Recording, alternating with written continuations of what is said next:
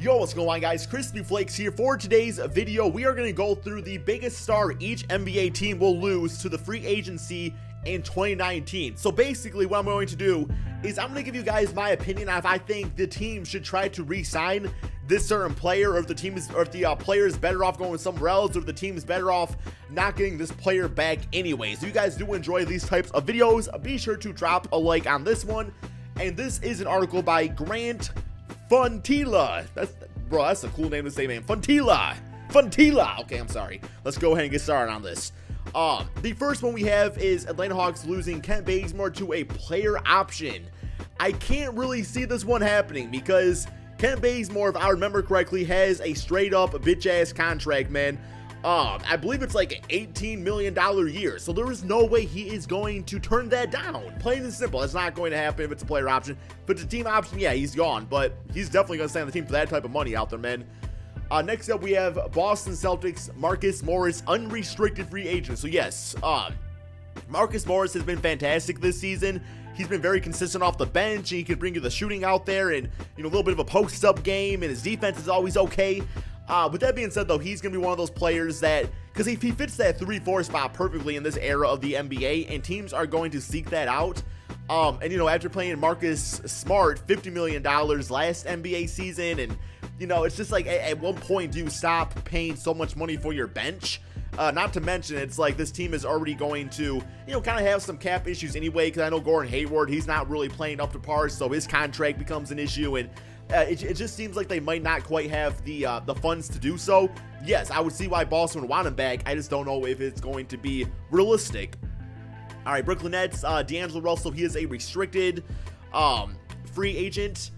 This is actually going to be a really interesting one because the Nets have done a good job of getting players despite not having draft picks for the past few seasons. And D'Lo is, you know, he has his ups and downs. He has his games where he hits his 9 3-pointers. He has his other games where it's just like he does okay out there. But it's really going to come down to with these restricted contracts. It's like, is there going to be some other team out there, some other team that, you know, is looking for a point guard that is willing to throw him max contract money? And if it comes down to that, it's like, do the Brooklyn Nets believe that they should get him? Because you do have a pretty good backup option in Spencer Dinwiddie. So it's like, you start Dinwiddie and then maybe use that money to lure more of a veteran out there.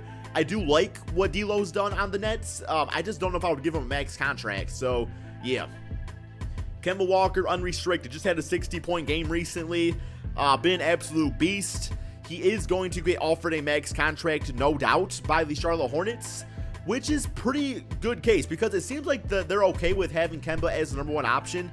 I don't think Kemba as the number one option works to win a championship. So it's like there's going to be some teams out there like my, you know, Detroit Pistons. I know that's one team that was interested in Kemba before, or the New York Knicks, or maybe even the Los Angeles Lakers. It's like, are you willing to pay him that max contract to be like your second or third option? Because if you have him as your second option, how great are your chances to win a championship?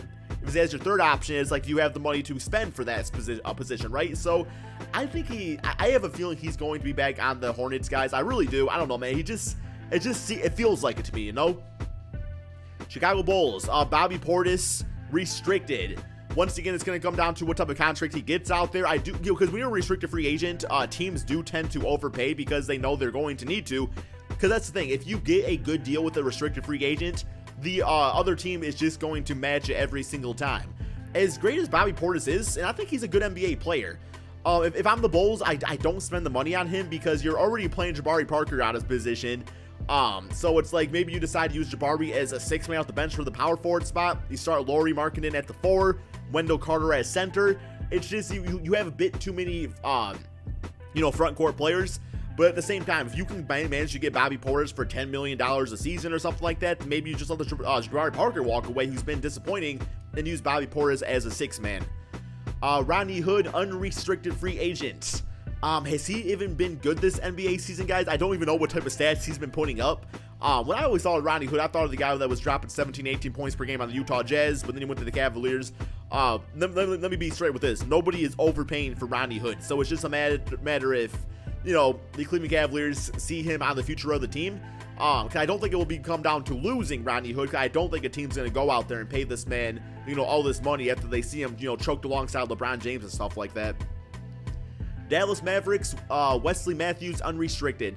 I'm okay with this one. I do see Wesley Matthews probably signing for a smaller deal because I want him to go on a team that is going to contend for a championship. I think he has a lot to offer in that regards.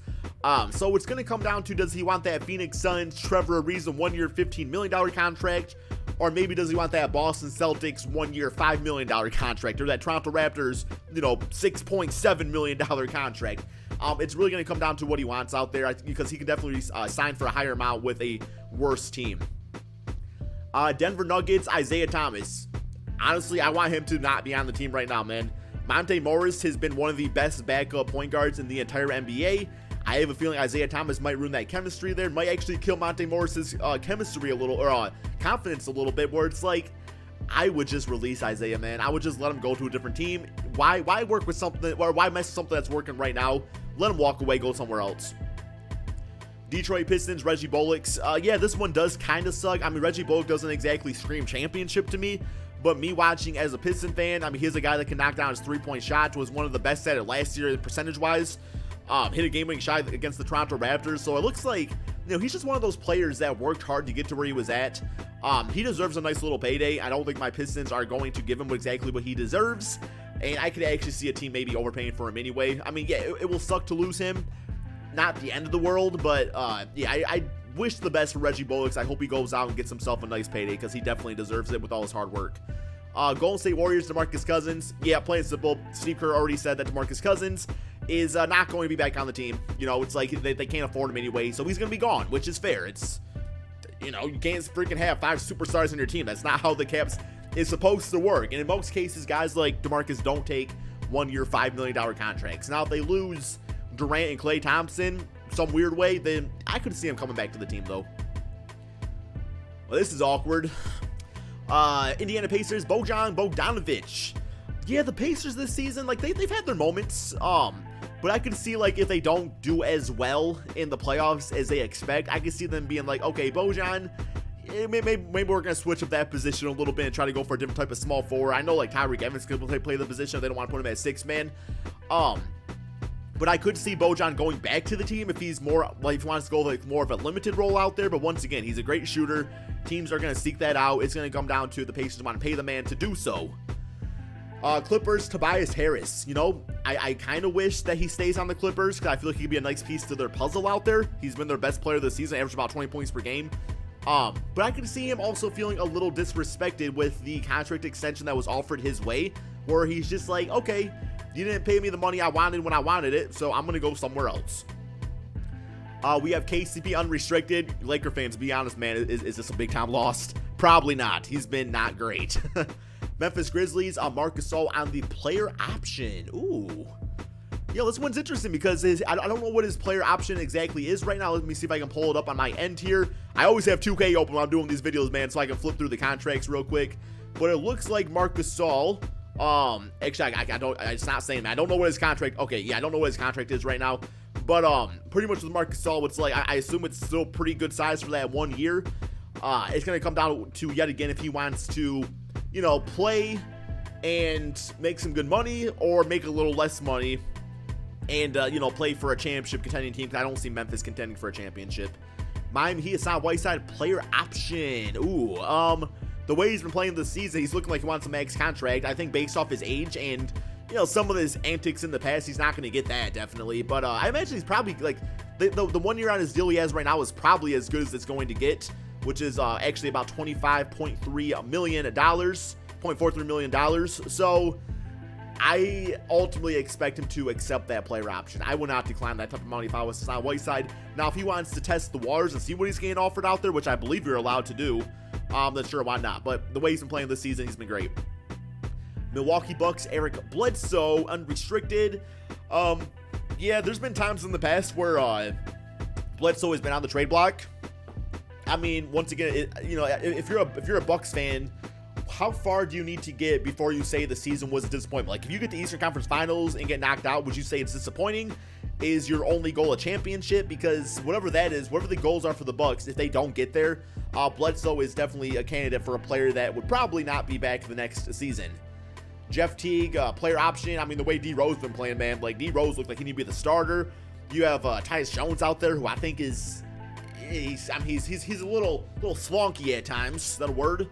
Where, you know, a little bit of a roller coaster where it's like, okay, you don't always know what you're gonna get with him. But Jeff Teague, I still think he's going to be on an NBA team. Maybe not as a starter anymore, but he's definitely got a place as a backup. And I think that probably deserves to be on a squad that is probably going to contend. We got the Pelicans with Julius Randle on a player option. Oh, man, I don't know about this one, actually. I think he's going to stay with the Pelicans. You know, he seems to be thriving in that six-man role. I mean, if he wants to really be a starter, then sure, why not? But the way he's been playing, I like him on this Pelicans team. I really hope they re-sign him back. New York Knicks, we have Burks unrestricted. You know, it sounds like the Knicks are going to end up getting a good player this offseason. I don't know who it's going to be. If it's like a Kemba Walker or like, you know, somebody along like Kyrie Irving, you can still got Frank Ntilikina on the team, then yeah, Burks probably is not back. And they also got Manuel Moody. I forgot about him too, man. They got so many point guards. OKC Thunder Nerlens Noel on a player option. Yeah, because I imagine, because he's definitely had a bounce back season, I'd say. So, which kind of in theory means that he deserves a better contract. I still don't see him as a starter, though. I mean, if a team wants to pay for Nerlens Noel to start, then sure, it's like he's got to go for that money. But, you know, being a backup, you're not going to get paid as much. So I think he should just stick with the situation. It's been a good thing for him so far. Nikola Vucevic unrestricted. Yep, he's going to be gone. It's going to be time. It's going to be time to hand the reins of the team to Bamba and see what he can do out there as a starter. And, you know, Vucevic is only going to be 28 at that point, though. So, I mean, he's like in his prime. I think the Magic should actually trade him right now and get some sort of value, maybe a first-round draft pick or something like that, whatever he warrants. But that's probably not going to happen because the Magic don't always make the best choices. We have the 76ers with Jj Redick. Yeah, this is simply coming down to, you know, you have to pay for Joel Embiid, Ben Simmons, Jimmy Butler if you want him back. Money's not going to be there. Jj Redick, sharpshooter. Those guys get paid a lot these days, even though he's going to be 34, 35. But something has to go, and it's probably going to be Jj Redick, unfortunately. Trevor Ariza, the dude got his $15 million, man. So, you know, y'all toss another one of those contracts. He'll be back, Phoenix. But he needs to be on a different team. I was not happy with that contract. I respect him getting his money and stuff like that. Got to secure the bag, but he's wasting a really good year where he could have helped a team out. Like the Houston Rockets again, maybe. Portland Trailblazers, Seth Curry. I guess, sure. I mean, how great is Seth Curry even right now? It looks like they're saying he's disappointing right now. So, okay, is that really losing the biggest star, like the biggest player then? If he's not good? I don't think so. Sacramento Kings, Zach Randolph, still in the NBA. I would like to see him go on a team and be like a 7th, 8th man off the bench and compete for a championship. But he might just retire. Spurs, Rudy Gay, unrestricted. It says he's averaging 13.7 rebounds per game, which I think his contract's like $8 million a season, which that seems about what he should get paid. I mean, the starting spot's going to be there for him. You know, they don't really have any other small forwards unless they somehow end up with a big-time player in the draft, which knowing the Spurs, they probably will. But, you know, I'm good with where he's at. I don't think he's going to leave unless he gets this really huge contract. Toronto Raptors, Jonas Valanciunas. This one is interesting. He does have a player option, though, man. But the thing is, he's been coming off the bench. So it's going to come down to this. Does he want to decline that player option in hopes that he's going to go to a team where he can be a starter and make starter money? Or does he decline the player option, ends up on a team with less money and becomes a bench player? Or he can stay on the Raptors and get paid starter money for that 1 year, but come off the bench as a bench player like he's doing right now. I'm interested to see how that all plays out. Alec Burks, unrestricted for the Utah Jazz. Don't really know how he's been this season, but, you know, I would imagine he's probably been a solid role player at least, which is always, I know he's always been a good perimeter guy too, which is like something I always sought out. So, yeah, it depends if they want to pay him or not. And then finally, we have Washington Wizards, Dwight Howard, player option. I don't think this is him. I don't think that this is the Wizards losing Dwight Howard. I think this is probably them not getting him back. And why would you? I have no idea where Dwight's going to end up next season. He might be an early retirement candidate, guys. Not going to lie, man. But anyway, hope you guys all enjoyed this video. Be sure to drop that like, subscribe if you're new to my channel. Give me your thoughts on all these in the comment section below. I know the article is like a week old, so some of the stuff in there might be a little outdated, but that's why I like to give my opinion and not really read the article. But yeah, my friends, thank you all so much for watching. Peace out.